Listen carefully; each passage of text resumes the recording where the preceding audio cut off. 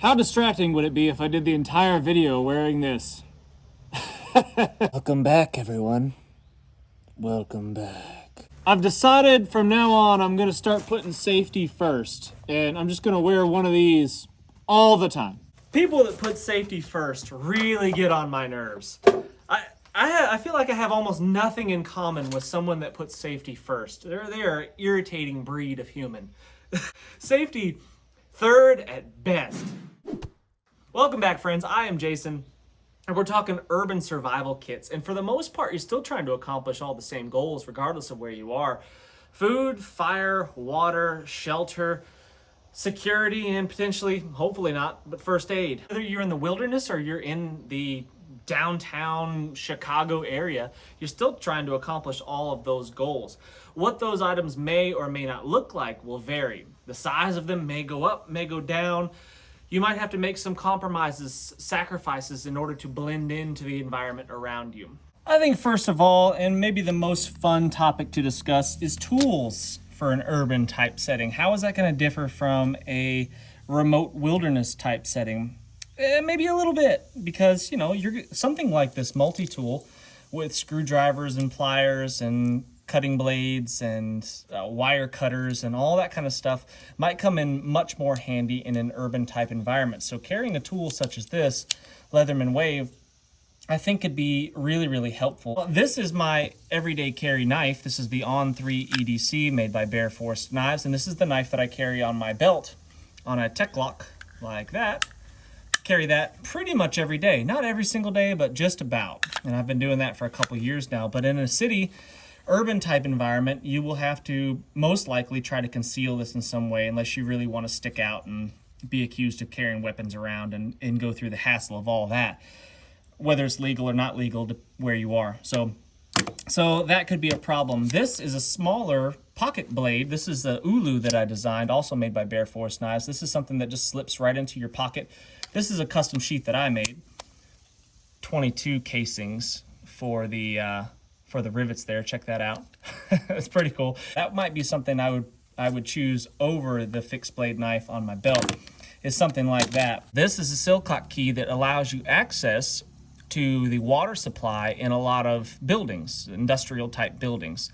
You can crack into the water supply and open up the spigots on the outside. And there's 4 different sizes there for different applications because nobody can agree upon which size they'd like to use on their building.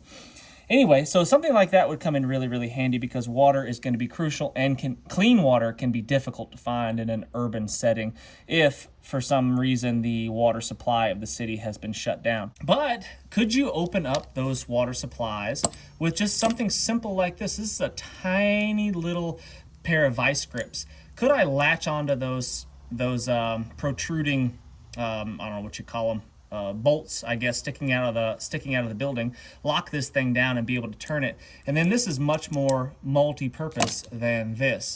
So I don't know, maybe this small little pair of vice grips would be really, really handy. A pair of, I don't have any, but the Nipex pliers, the ones that give you increased leverage, increased mechanical advantage, those might be really, really handy and maybe even more beneficial than a small pair of vice grips. Here's some big pliers with some nice jumbo side cutters right there, wire cutters that might be beneficial in an urban environment for whatever reason that you could foresee. You're going to be, in the city, hiding out, cutting through fences, breaking into buildings, picking locks and doing all the things. Sure, maybe, okay. But much more realistically, there's probably just going to be, if something should go wrong, even in the small chance that something should go wrong in this urban area, you're just going to be trying to get the heck out of Dodge, getting out of the area that you're in a hurry and going to a safer location. I've done videos on my EDC, my everyday carry, and for the most part, urban, rural, wilderness, it's going to be the same EDC. That's not really going to change. Maybe slight variations here and there depending on what I'm wearing, depending on the situation. If I'm in a bathing suit, I guess you're not necessarily going to be carrying all the same stuff you would as if you're wearing cargo pants like these. So there is that. But for the most part, we're not talking about my EDC. We're talking about additional items that I would carry in a small pack with me in an urban area, and maybe perhaps some of the things that I might keep in my vehicle. Urban environments can be difficult to find water, and that's why I talked about possibly using a Silcock key to access the building's water supply.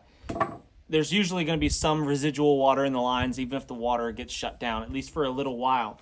But now you can also find water in drainages, fountains, all the places that, you know, when you walk downtown areas, all the places that you see water, you could potentially collect it. As long as you've got some way to filter it like this, you can make it potable to drink. So that's a big one. I like the Grail water filter like this one. This is the smaller one. The GeoPress is the big one, and then there's the smaller one. I don't know the names, but I like these a lot because they double as a water bottle as well. So I trust these. I've used these in lots of places with some really nasty, scummy water, and they have worked really, really well. This one works in conjunction with my gas mask here from Mira. If you're going to be dealing with any contaminants in the air, it's most likely going to be in an urban type setting. So having this, not necessarily, I don't know if I'd necessarily carry this around with me everywhere I go. That might be a bit paranoid, but having one in your vehicle, having one in your home, having one for each person in your family might be a solid idea. Just make sure you've got the appropriate filters that go along with them. And then this one's got a straw here, so I can attach this water bottle by popping this open here, pushing that into the rubber gasket like so. Through the little sip straw that's on the inside of the mask, I can access the water without having to take the mask off. That may be a very, very helpful thing depending on the situation that you're in. Having it in your vehicle, having it at home, I think is a smart solution to a potentially really big problem. I generally recommend carrying some sort of metal container, a metal water bottle. But in an urban environment, it's going to be less ideal because you're probably not going to be starting fires to boil your water and that kind of stuff. You could do it over a stove, like a camp stove kind of deal, even an alcohol stove, which is great. Also good ideas, but not quite as practical as just carrying a water filter, and not as easy, not as efficient either. So a water filter is just going to be the way to go in an urban setting, in my opinion. Backup filters is a good idea. Having more than one, like a Sawyer Mini, the little ones, those are good. I'd highly recommend those as well. Where there's a lot of people, there's more likely to be a lot of problems. So having a pair of gloves like this just to protect your hands, to protect your digits, and I really like these. These are cut resistant, rubbery type gloves, a synthetic type material, and I do like these. The downside of these is I don't know how fire resistant they are. They might melt to your skin, so that could be an issue, and that's where the leather gloves, or possibly like the Nomex, I think is the word for them, gloves.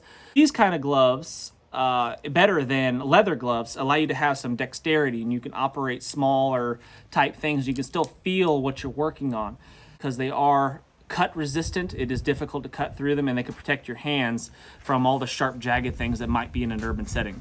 A pair of cheap safety glasses like this. These are great. I like to keep them in the packaging if possible so they don't get scratched up when they're rolling around your pack or in your truck or something like that. A comprehensive individual first aid kit such as this one from Refuge Medical. Really solid kit. I really, really like this one a lot. I've made a couple of additions to it, such as this right here. But for the most part is, you know, got all the basics like tourniquets and quick clot and bandage, rolled gauze and all that kind of stuff, compressed gauze, all that kind of stuff is in here. And if you're going to run into problems, like I said before, where first aid is necessary, an urban environment is definitely the place where that is going to happen. So having some sort of first aid kit, whether it's on your person, in your pockets, in a backpack, or in your vehicle, or all three, I think is a good idea. There's shelter everywhere in urban environments, right? There's buildings everywhere, but that doesn't necessarily mean you can always have access to them. So that's something to be considered. I mean, there's roofs and awnings and all kinds of things everywhere. Picnic tables with big umbrellas over the top, all that kind of stuff, it could potentially be a shelter. But let's say, for example, you may not have access to those for whatever reason. Having something to protect yourself from the ground, if you're having to sleep on concrete or asphalt, something like this is just a piece of vinyl floor underlayment. I use this for my kids' packs as well. Piece of vinyl floor underlayment that's just going to give you a little bit of mylar insulation to keep you a little bit warmer, and it's a little bit softer. It's not going to be comfy if you're sleeping on pavement, but it's a lot better than nothing. So I like that for that reason. It takes up almost no space, weighs almost nothing. You can bring inflatable sleep pads. You can bring like the accordion style sleep pads, like a Thermarest. those are great and I love them, but you're gonna look like a weirdo carrying around a thermarest through town. So you're gonna catch a lot of weird looks. So something like this can fit into a small pack and not really be noticed. This is also a good option. This is a SOL Escape Bivy, one of the breathable ones. I like these a lot. They're durable enough. They weigh almost nothing. They don't take up a lot of space. And you could crawl inside of one in the bushes somewhere and be out of the elements. And honestly, I mean, really, when you're talking about an urban environment and kind of just blending in, an umbrella like this one, I mean, that's going to be kind of hard to beat, right? I mean, everybody has umbrellas. You're not going to look like a strange weirdo walking around in a poncho. If you've got an umbrella, it's a totally normal thing to see in an urban environment. Now, if I saw you in the woods with this, I might, take a couple glances and ask some questions perhaps. But downtown, no. And this makes a great shelter. I have slept under an umbrella. I mean, it's a little bit uncomfortable because you got to kind of stay balled up a little bit. But man, they do a heck of a job of keeping the rain off you. So an umbrella. And they fit pretty easily into most normal size packs. Just down in the water bottle pocket on the side of the pack. No one's going to think twice about seeing that. Now, I'm not talking about clothing and stuff like that. That's a whole nother category. Dress appropriately for the weather, raincoats and all that stuff. Yes, and that's the same reason I'm not really talking about EDC, the stuff that's in my pockets normally, like flashlights and all that stuff. So all those things are to be considered as well, but that's a whole different set of topics. Food that doesn't need to be cooked, I think, is a really good idea. Keeping your energy levels up, especially if you're having to move on foot from A to B, and it could be a considerable distance, having something that doesn't need to be prepared and cooked in any way that you could just woof down on the go, I think is a great idea. Like this beef jerky here, Gorp, nuts and the M&M candies and all, anything that's just going to keep you going, keep you on your feet, keep the energy levels up, and replace electrolytes, I think is solid choice. Just a general survival kit like this one that I had a hand in designing, I think is smart. It's got a lot of the things that can be really, really useful regardless of the settings, such as, like for example right here, water purification tablets and a water bag right there that I can purify my water with. Things like that, just having something handy like this, lightweight, that doesn't take up much space, you can throw it in your pack, put it in the glove box of your truck and just forget about it, can really be a lifesaver, literally. So I think that those are a smart choice, especially if you're not the kind of person that wants to go through the hassle of trying out all the different individual pieces and parts, and you just want something that you know is going to work. Something like this, I think, is smart. Cash money is still a thing, believe it or not. In most places, you can still use cash money, and having it, if credit cards are not working, systems are down for some reason, having this can get you the thing get you that tank of gas, can get you a bottle of water, whatever, something to eat. First aid supplies, all those types of things can be purchased with cash still. So having a fair amount of it, I would recommend if you're traveling to an urban environment, having at least a couple $100 cash on you, and probably spread it around a little bit. Stash some of it in your boot, keep some in your wallet, but don't put it all in one place. This is something that's going to be part of my EDC. So again, we're not really touching on that. This is just something that's going to be on me if possible. So I think that that's really smart to carry some way of protecting yourself and extra items to replace the ones that have been used in that special device of protection. Some people are all about the larger, longer items that you can keep in your truck or your car for some other more hazardous situation.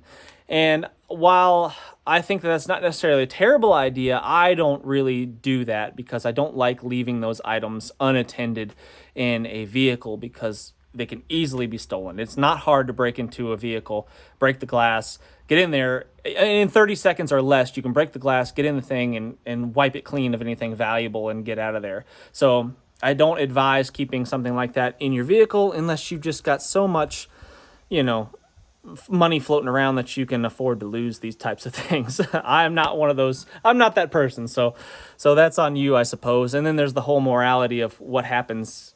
What does it do in the hands of the person that now possesses it, the criminal? So, comfortable footwear on your feet. Again, we're not talking about clothing necessarily, but this is a big one. I think it just needs to be touched on. Having good footwear, because if your vehicle is down for some reason, traffic has blocked you in, whatever, city is in chaos and madness, you're going to need to be on your leather personnel carriers here. So having some sort of comfortable shoes with wool socks like these, I think is a win. These are from a company called Nordivate. They're very inexpensive shoes. I think these are like $55 or something like that. And you could just throw them in your vehicle and forget about them. And then you can wear whatever shoes you really want. As long as you can get back to your vehicle, you can have some good solid shoes to put on your feet. I've only worn these a couple times so far, but so far so good. The verdict is out whether they will hold up in the long run, so stay tuned for more of that. But for 55 bucks, a pair of hiking boots like this, I think might be hard to beat. We will see. Here's the pack that stays in my truck most of the time. It's a fairly large pack from EXO. EXO Mountain Gear 4800, and I like this pack a lot. It is a great pack for most situations where you're going to be in a wilderness type setting. However, if you're walking downtown, you're going to look like a bit of a strange fellow with a big old hiking pack like this on. So in an effort to be the gray man, I would ditch the camo pack and switch over to my shark pack here. This one is fantastic because it's clear and I can see all of the items in my pack and have easy access to everything in there and know exactly where everything is, and organization is key. And just like that, I turn into the gray man.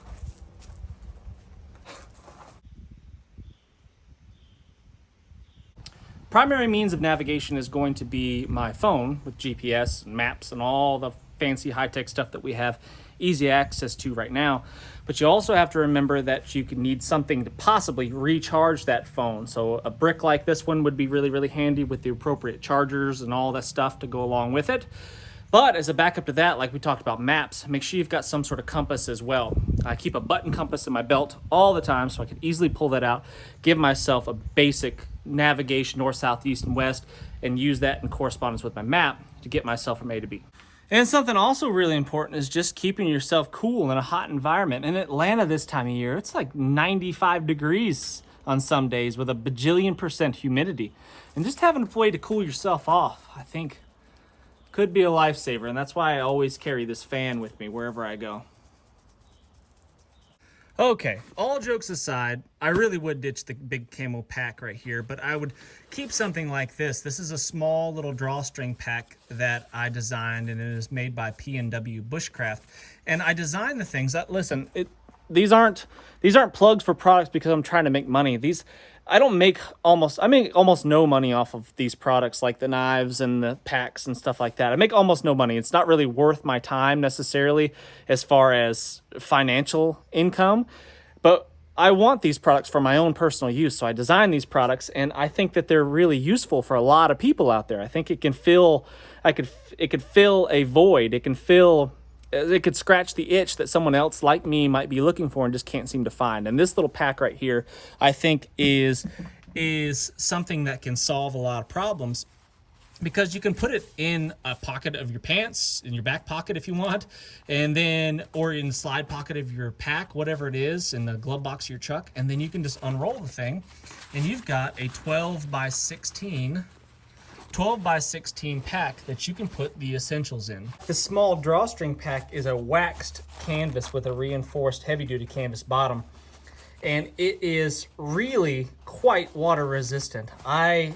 used this as a water reservoir one time. I dug a hole in the ground, lined it with this pack, not this particular one, but one just like it, and it held water for 8 straight hours, and it probably would have kept holding it. So very water resistant, and it's pretty incredible what you can do with just a little bit of waxed canvas. I would, if I was going into an urban environment, I would pull this out of my backpack and I would throw in a couple of tools. Whatever wouldn't fit in my pocket, basically. I could put this in my pocket, I could put this in my pocket, but let's say my pockets were overloaded with heavy things already. I'd just throw that stuff in there. I would take my bulky first aid kit that I don't want to have strapped to my belt, and I would throw that in there. Take my Grail water filters, stick that in there next to the first aid kit, just like so. Maybe, maybe not. Put my SOL bivy bag in there, and I've got my shelter. And, you know, I could put the cash in my pocket. That's always going to have room for that. I might be able to put some extra of this stuff in here. Maybe throw my gloves in that, just like so, a few snacks. Also, something that I didn't touch on is having an actual map, a hands-on that you can touch, a real printed off map of the area that you're going to be with things labeled. Like I'm going to go here to grandma's house or whatever, and have all the roads and possible alternate routes. Maybe not even actual roads, but paths through forested areas or something, through parks and whatnot, so you can get your way from A to B more efficiently. I would take that, put it in a Ziploc bag or something, or possibly laminate it. Keep that in the pack. Just throw in my survival kit in on top of all that stuff right there. Slap this on my back. And I'm off to the races. And I've got my survival kit on me, and I can walk around town. No one's gonna know that I look any different. No one's gonna know I've got a survival kit in there. They're just gonna think I've got a jacket and whatever nonsense I've got going on. Whatever it is you city people normally carry anyway. There's my urban survival kit right there in a small pack. And as long as I'm dressed appropriately, I think that what I've got in my pack can cover all the bases. I could keep this in my vehicle, or, I could have a larger pack, a slightly larger pack, and put that in there and have it on me at all times too. So it just depends on the level of, I guess, what level of danger are you in? How dangerous is this urban area that you're in? I don't know. I know that I am much more confident, much less stressed sleeping in a wilderness setting with bears and bobcats and badgers and all the things that people think will hurt you, big anacondas and whatnot. I'm much more comfortable sleeping in those environments than I would be sleeping in an urban environment. People are definitely the most dangerous animal out there. Love to hear what you think about this urban survival kit, this urban preparedness kit. Let me know what you think in the comments. I'd be really grateful for that. I'd love some feedback. Let's talk about this stuff. Let's hash it out in the comments section. And hit that thumbs up, subscribe if you haven't done so already. And I cannot wait to see you on the next one. More ridiculous. I was kidding about this fan thing earlier, but now that I've started to use it, it's pretty awesome. It's really hot outside, and this is the ticket.